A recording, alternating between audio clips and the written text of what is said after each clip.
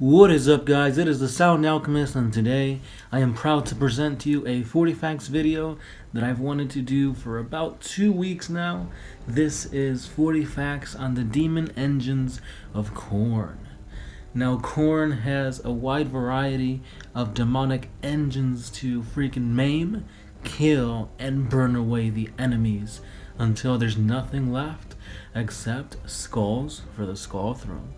So this part 1 of the Demon Engines of Khorne will feature the Chitin, the Lord of Skulls, and the Brass Scorpion. So sit tight, guys, because this is an epic one. So let's begin with a fan favorite, the Brass Scorpion.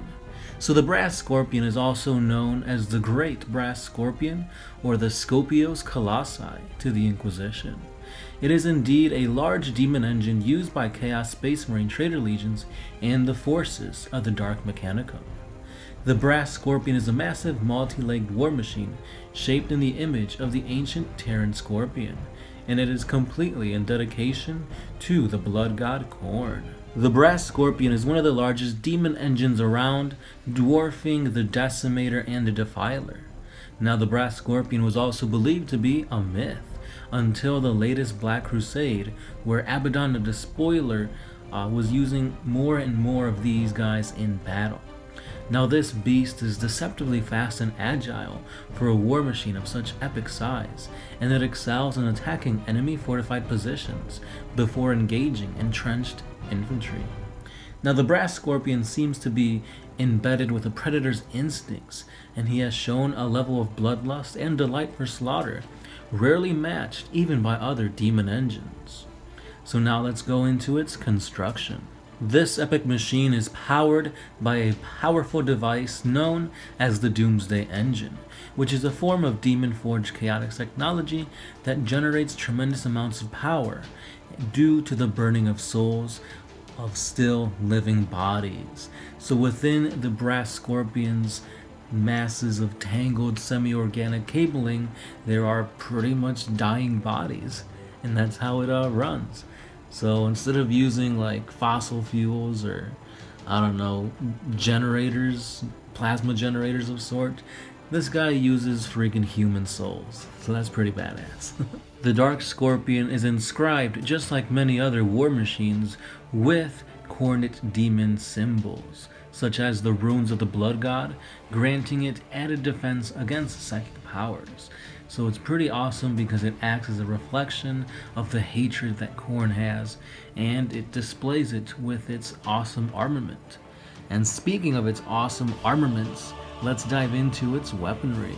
So the Brass Scorpion is heavily armed. It features a demolisher cannon located at the creature's front, right where its head would have been.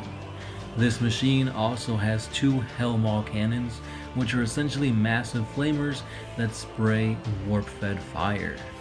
Now, the beast's 2 primary limbs end in massive hydraulic pincer claws, which are fully capable of tearing armored vehicles and emplacements to pieces, or it can wipe out entire infantry squads in one fell sweep. So these claws are protected by large warp-forged alloy shields. When the beast places its claws in front of itself, these shields protect its entire body from harm. And it also has 3 large built-in chain weapons, allowing even more damage with its pincers. The machine completes its resemblance to a natural scorpion with its long, upright tail. This tail is armed with a scorpion cannon, which sometimes is known as its sting cannon. It is essentially a massive multi-barreled cannon that is positioned atop at the creature's tail, giving him essentially a full 360-degree arc of fire, making it perfectly suitable to unleash rapidly fired torrents of projectiles upon enemies at close range, tearing them apart, piece by piece. Now, the Brass Scorpion is indeed a fearsome opponent, but in my opinion, it pales in comparison to a Chitin. So a Chitin is a demon engine of the blood god Khorne, and it is forged by the most malign warpsmith and dark magi, as an act of devotion to the supreme lord of blood and battles, Khorne. chitin demon engines stride the battlefields of the 41st millennium, eviscerating any and all who dare oppose them until their hides of brass and blackened iron are bathed in blood and hung with gore. Their thirst for battle is ever rarely quenched, and they will continue to fight foe after foe until the battlefield is slick with blood, and if anything is left alive. Standing as tall as a Cerastus knight, an individual chitin's upper torso echoes the design of the feared Lord of Skulls, which we will get to later, and its powerful lower limbs gives it both height and speed. It is armed with a great amount of weaponry, which we'll get into that later, and when attacked, the chitin is warded by demonic rites and the powers of the warp to resist demonic-inflicted witchery. So essentially, if you're trying to do psychic attacks against him, not much is going to get through. Generally seen on one arm of the chitin is the massive Great Cleaver of Khorne. So the Great Cleaver of Khorne is a demon weapon in the form of a massive chain axe that is wielded by Lords of Skulls as well as chitins.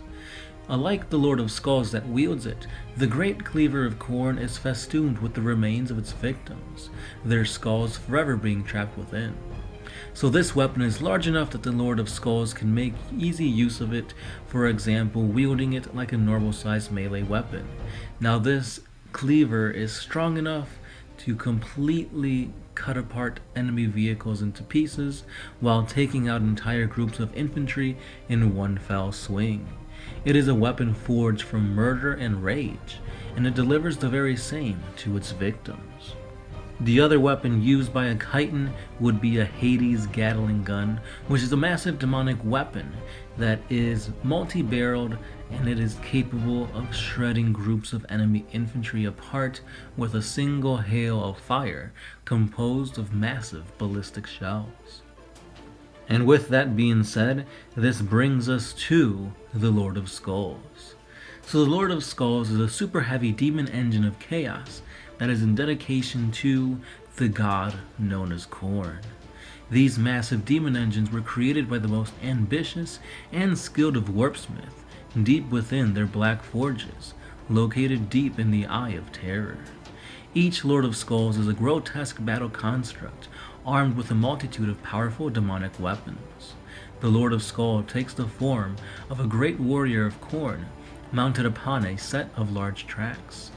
These monstrous machines are powered by steam, all from the boiling blood of murderers, which swills back and forth from immense pressure tanks located in the demon's construct backs.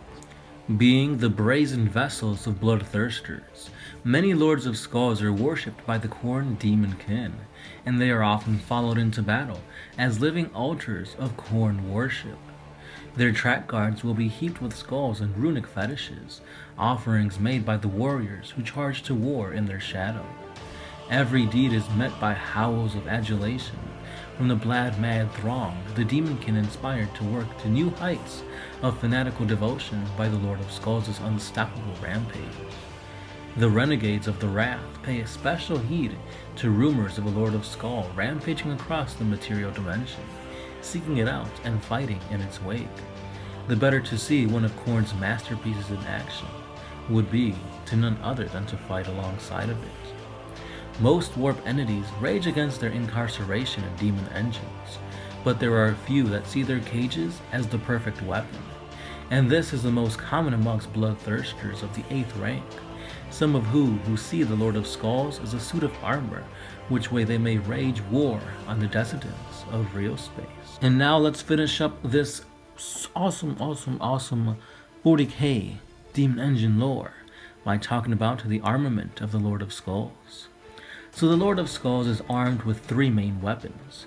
2 are on its arms, and a single potent ranged weapon is also located on its torso. So again, this war machine carries the Great Cleaver of Khorne in its right hand, and it usually has one of these 2 on its left. It can either be an infantry shredding Hades Gatling gun or a Skull Hurler. Now the Skull Hurler is an aptly named weapon that basically fires burning skulls at its enemies. So let's learn a little bit more about that.